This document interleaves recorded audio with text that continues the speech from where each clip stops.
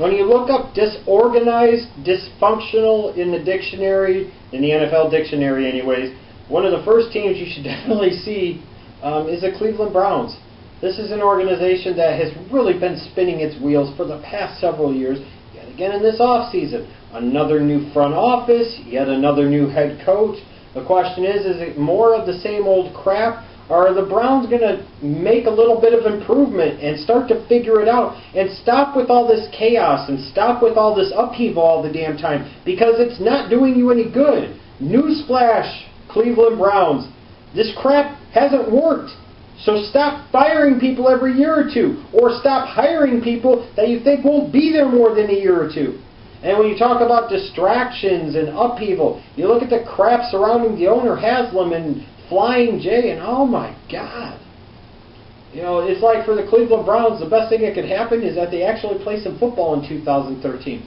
Now, I do think this is a Cleveland Browns team that has made some small improvements in the offseason. Now, you still have Brandon Weeden there, and the bottom line is you've got a 30-year-old starting quarterback in his second year.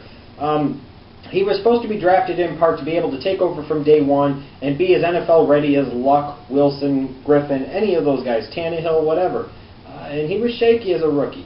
He's got to do better in year number 2, or the Browns need to hurry up and find a new quarterback. You've got a young, talented offensive line with all-pro stud Joe Thomas at left tackle, a stud center in Mack in the middle, and a nice young right tackle in Mitchell Schwartz. So you've got a nice offensive line. You really do, both in run blocking and in pass protection. And you have Trent Richardson, last year's first-round pick, who I think is going to have a better year this go-round, has a little more talent maybe surrounding him. I would expect Richardson to be a guy that establishes himself as a 1,200 or 1,300-yard rusher. Now, you do have Josh Gordon suspended for the first couple of games of the season. When he comes back, he will definitely bring an explosive big play element to that Cleveland Browns offense that they otherwise just lack. In general, I still look at the Cleveland Browns offense and I ask, where are the playmakers at? Who's the tight end that can cause mismatches for opposing defenses? That same tight end that could be a safety valve for a quarterback like Brandon Weeden. Where are the playmakers other than Josh Gordon in the passing game? And don't you dare at this point say Greg Damn Little or Travis Benjamin. Are those guys actually going to step up and become playmakers and become weapons that Brandon Weeden can rely upon? When you look at this team defensively, in 2012, they were okay. They weren't great. They weren't terrible. They had a defense that could keep them in some games and maybe help them win a game or two more than they would have if they had to rely on the offense alone. That's kind of the defensive unit they had. Kind of middle of the road, but at moments could play a little bit above itself. Now, Lombardi and the rest of that Browns front office apparently determined that pass rush was their number one priority heading into the offseason. Hence the big free agent signing of Paul Kruger from the Baltimore Ravens. Hence reaching and taking Barkevius Mingo out of LSU, 6th overall.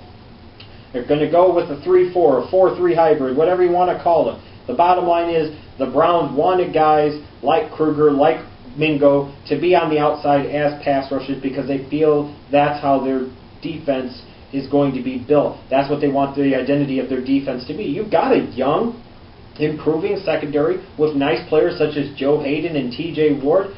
There are definitely, I will say this, there are definitely pieces on that defense to like. I like their defensive line. You know, I do like Kruger and Mingo as a combo, even though I still don't think Mingo was the right pick for them in the first round. I think they've got a nice young secondary. This is a Cleveland defense that I think will definitely have to win them some games in 2013 and will be able to do it. Now, the Browns have to ask the question, will they get the performance out of this unit that justifies the investment both in free agent dollars and draft picks that they made this year? That's going to be the ultimate question. When you look at this team, you want to say, what are some of the games to pay attention to see how the Browns are going to do? I think they're going to finish third in this division. It might only win 7 games, but hey, that's an improvement, and at least they're not bringing up the rear. You know, the Bengals used to be the team that didn't get it right in the state of Ohio. It's definitely the Browns now. But week 2 at Baltimore, week 4 versus Cincinnati, week 12 versus Pittsburgh. This is a Browns team that went 1-5 in the AFC North in 2012. If they have any delusions or any thoughts of maybe going 8-8, or God forbid, even 9-7, having a winning season, they're going to have to try and win 2, if not 3, divisional games. And if they can go and they can beat win 2 of these 3 games that I mentioned, even just one of them, whether they beat Pittsburgh at home in Week 12 or they beat Cincinnati at home in Week 4, or maybe they could even sneak one out in Baltimore in week number 2. If the Browns can win 2 of those games in the division, then things will be improving. Things will be looking up. They're not a playoff team yet, in my opinion. They've still got a bit to go on that one. But they can be an improving team and finish ahead of the Steelers this year for sure.